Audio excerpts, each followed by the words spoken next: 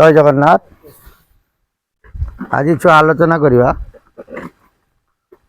प्रकृत अच्युत केउठी है बुझीपार ना। आज कौन आलोचना करवा प्रकृत अच्युत केउठी। तेज महापुरुषों लेखा को देख महापुरुषों 13 जन्म शरण तत्व संगे संगे शिवकल्प शास्त्र आपको तुम तर्जमा कर देख महापुरुष अनेक जगार कौन है जन्म ग्रहण करेंगे लिखि गोटे जगह को लिखि ना बुझ किंतु राम जिते पचारे महापुरुष को प्रभु मु बारण बेल तुमको केउठी कौन भी पाइबी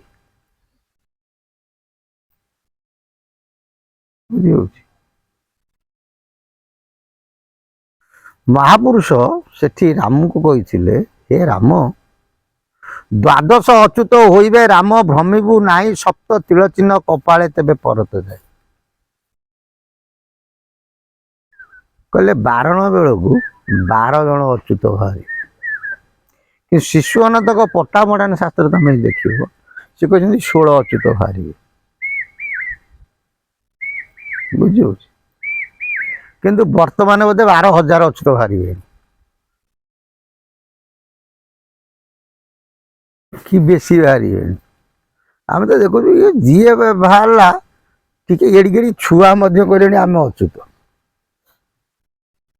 बुढ़ा टू हड़ा जाए समझे कहले आम हूँ कौन अच्युत आ से जो मालिका शास्त्र को एमती छंदी बांधिकी आणिकी से माने परिचय दौरान माने प्राण सजनी रे जहा मु देखिली आज कहवा लोकर मन को न जाए शुणा लोक को लाज। अरे काच काच मणि मणि कार्य बेले जड़ा जणी कही बुलिले कौन तार महत्व अच्छी मल्ली फूल फुटिले ता मन को बासेना हम आ तुम सेंट दे गोलाप देहरे मल्ली फूल सेंट देकी बासेना कले से कौन मल्ली फूल हो जो गोलाप को से गोलाप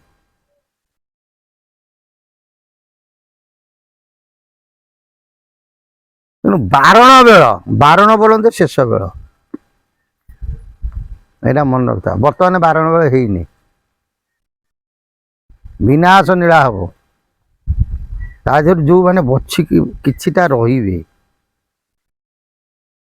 है से समय से कहते बारण बेल कारण बारण बेल को 12 जन थे बर्तमान 12 लक्ष बाहर पड़े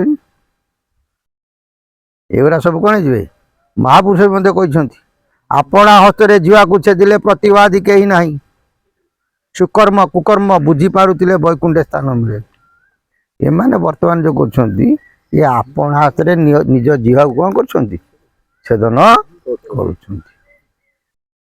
करते बेले संहार लीला हम किसी विनाश हो सेते को जो 12 जन थे हे राम तू तांको विश्वास जीवु ना द्वादश अच्युत होइबे राम भ्रमिबू नाई सप्त तिल चिन्ह कपाले तेबे परत जाए। तत्ववाद तत्व ज्ञान आमे समस्त जाने यहाँ कपाल किए न जानी यहीटा मुख किए न जानी आ गोटा अच्छी अबदन अकपाल बर्तमान तो लोक चिता कुटे दे कपाल अरे हाथ सब चिता कुटू ना कपाले सेमती कणा करदे चिता कुटे देवे 7टा तिल चिन्ह करदे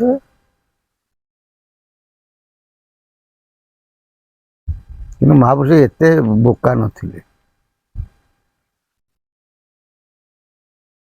कारण सेते बेले कलिजुग लोकर थिले सेते बेले दुष्ट भी थिले से कली लोक को मुझे जर पिठी जातना दे निरक्ष हो पड़ी भवसागर ଏ କଥା ନିଶ୍ଚିନ୍ତ ଅଷ୍ଟଗୁଞ୍ଜ ଦିଏ ଯେ 600 ବର୍ଷକୁ ଲୋକ କେତେ ସୁପର ଚାଲାକି ହେବେ ସେ କ'ଣ ଜାଣିନଥିଲେ? ଦିନ ତିଥି ବାର ନକ୍ଷତ୍ର କୋଉ ଦିନ କ'ଣ ଘଟିବ କହିଛନ୍ତି। ତାହେଲେ କଳି ଲୋକମାନେ କେତେ ସୁପର ଚାଲାକିଆ ହେବେ ସେ କେମିତି ନ ଜାଣିଲେ? ସେ ଠିକ୍ ଜାଣିଛନ୍ତି। ନ କହିଥିଲେ ରାମୁ କାହିଁକି କଥାଟା ବୁଝେଇଥାନ୍ତେ। ତତ୍ତ୍ୱବାଦରେ କପାଳ ବୋଲି ଶରୀରରେ ଆଉ ଗୋଟେ ଜାଗାରେ ଅଛି, ଇଏ କପାଳରେ ନଥିବ।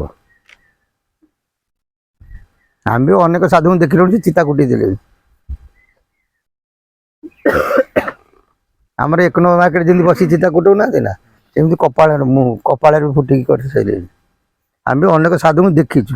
ଆମେ କହିଲୁ ଆରେ କଳା ଯାଇଗୁରା ତ କାଳିଆ କାଳିଆ ଦେଖାଯାଏ, ତୋର ନୀଳିଆ କ'ଣ ଦେଖାଯାଉଛି? ସେ ଚୁପ୍ ହେଇଯାଇଛନ୍ତି କେତେକ ସାଧୁ।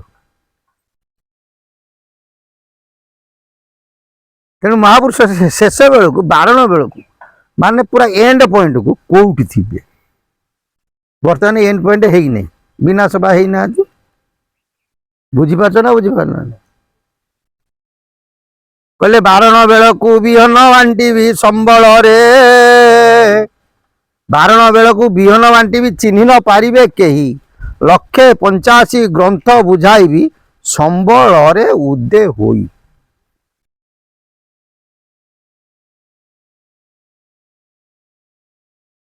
କହିଲେ ଶେଷ ବେଳକୁ 185 ଗ୍ରନ୍ଥ ବୁଝାଇବି ସମ୍ବଳରେ ଉଦେ ହୋଇ। ସେ କ'ଣ ଏ ବହି ଦେଖିକି କହିବେ? ଏ ଶାସ୍ତ୍ର ଦେଖିକି କହିବେ? ସେ ବା ମହାପୁରୁଷ ମା ପେଟରୁ ପୁରୁଷତ୍ୱ ପାଇଥାନ୍ତି। ବୁଝିପାରୁଛ ନା ରାମ ଭାଇ? ସେମାନେ ହେଉଛନ୍ତି ଜାତି ସ୍ମର, ତାଙ୍କର ଶାସ୍ତ୍ର ପଢ଼ିବା ଦରକାର ନାହିଁ। ସେ ତ ଯତ୍କୃପା ତମ ବନ୍ଦେ ପରମାନନ୍ଦ ମାଧବ, ଚାହିଁଦେଲେ ତା ମନକୁ କ'ଣ ହେଲା? ଜ୍ଞାନର ଘର ଖୋଲିଗଲା। ସମ୍ବଳରେ ଉଦେ ହୋଇ, ସମ୍ବଳରେ ଉଦେ ମାନେ ପରିପ୍ରକାଶ ହେବେ ହେଲା। ସମ୍ବଳ ସଂସାରରେ ଅନେକ ଅଛି, ମହାପୁରୁଷ ଅନେକ ଜାଗାକୁ ସମ୍ବଳ ମଧ୍ୟ ପ୍ରମାଣ ଦେଇଛନ୍ତି। ଆମେ ମଧ୍ୟ ଅନେକ ଆଉ ଅନ୍ୟ ଚ୍ୟାନେଲରେ ମଧ୍ୟ ଏ କଥା କହିଛୁ। ବହୁତ ସମ୍ବଳ କଥା ଲେଖିଛନ୍ତି, ବହୁତ ଯାଜନଗର କଥା ଲେଖିଛନ୍ତି। ତେଣୁ ସମ୍ବଳ ଯୋଉ ସମ୍ବଳ କଥା କହିଛନ୍ତି ସେ ସମ୍ବଳ ଗୁପ୍ତ। ସିଏ ବହି ଦେଖିଲେ ତମେ ଖୋଜି ଖୋଜିକା କେତେ ବହି ମହାପୁରୁଷଙ୍କ ଶାସ୍ତ୍ର ଦେଖିବ। ଗୋଟା କଥା କହିଥିଲି ପୂର୍ବରୁ, ଏ ବିଷୟ ଆଲୋଚନା ହେଇଥିଲା। ସମ୍ବଳ ନଗରରେ ସମ୍ବଳ ଗ୍ରାମ,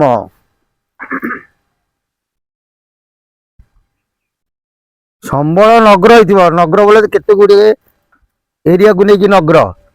ସମ୍ବଳ ନଗର ହେଇଥିବ, ତା ଭିତରେ ଫେରେ ସମ୍ବଳ ଗ୍ରାମ ହେଇଥିବ। ସମ୍ବଳ ନଗର ଫେରେ ହରିହର କ୍ଷେତ୍ର ହେଇଥିବ, ସମ୍ବଳ ଗାଁଟା ମଧ୍ୟ ହରିହର କ୍ଷେତ୍ର ହେଇଥିବ। ସମ୍ବଳ ନଗର ଇ ସେଟ୍ ହେଲେ ତାର ଏଲିମେଣ୍ଟ ଗୋଟେ ହଉଛି କ'ଣ? ସମ୍ବଳ ଗ୍ରାମ।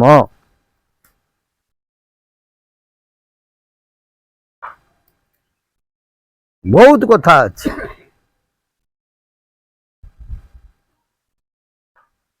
ସେଇଠୁ କ'ଣ କହିଲେ? କହିଲେ ମୁଁ ସମ୍ବଳରେ ଉଦୟ ହେବି।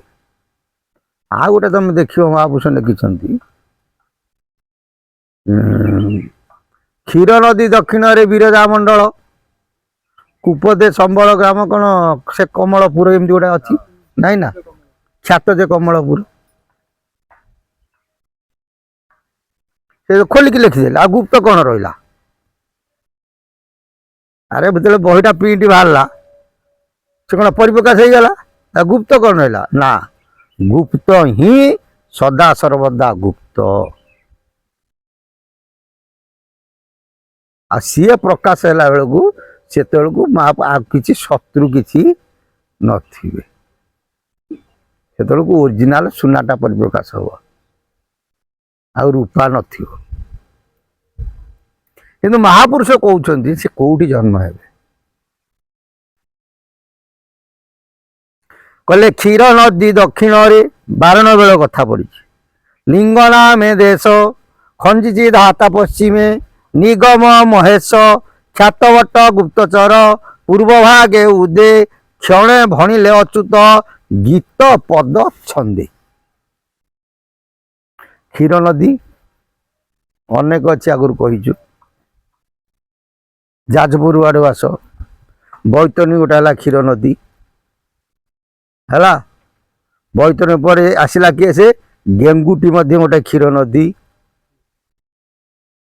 चित्रोत्पला गोटे क्षीर नदी जहाँ महापुरुष भाषा आम मन को आम कहू ना गोबरी की अरक्षित दास कहते क्षीर सिंधु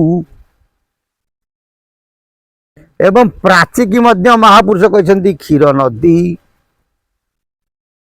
एति महापुरुष कहते आउ किए छंदी बांधी कह आम से कथा कहीपरू ना है कहले क्षीर नदी दक्षिण रे लिंग नाम देश कहले हे राम मु जो आविर्भूत होती क्षीर तार दक्षिण रे लिंग नामक देश थी बुझीपार ना खंजिची धाता पश्चिमे निगम महेश मु जो आविर्भूत हेबी तार पश्चिम पटे निगम महेश पाताल रे महादेव विजय करथिबे हैला माने लिंग नथिबो खाली गोटे होल थिबो ख्यात बट गुप्त चर पूर्व भाग्य उदे आर दीटा अर्थ आसो ख्यात बट माने प्रसिद्ध बट गुप्त चर गुप्त हो जाइथिबो पूर्व भाग्य उदे माने अतीत रे से स्थान रे गोटे प्रसिद्ध बरगछ थिबो किंतु मु जेते बेले आसीबी सी कहे जो लुकायित हो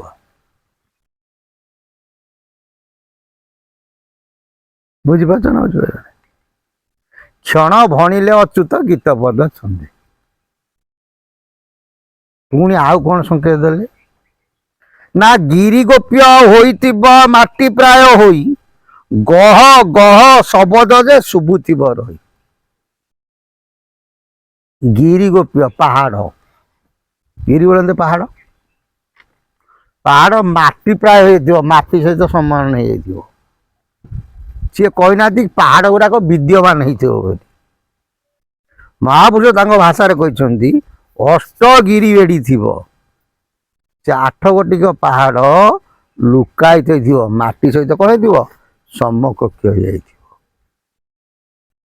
किंतु गह गह शब्द जे शुभुथि से स्थान रे गह गह शब्द अलौकिक दृश्य कौन परिप्रकाश हो गुपत कथाए अटे न करिबु ख्यात गीत रे भणिले दिन हीन जे अच्युत तेणु वर्तमान जेते अच्युत बाहरी किए कहलानी ये 8टा पहाड़ अच्छी यहाँ हूँ अच्युत क्षेत्र से कहते अच्युत गिरीटा माटी सहित समय को किए ठीक ना भूल माने पूरा लुकायित हो जाइथिबो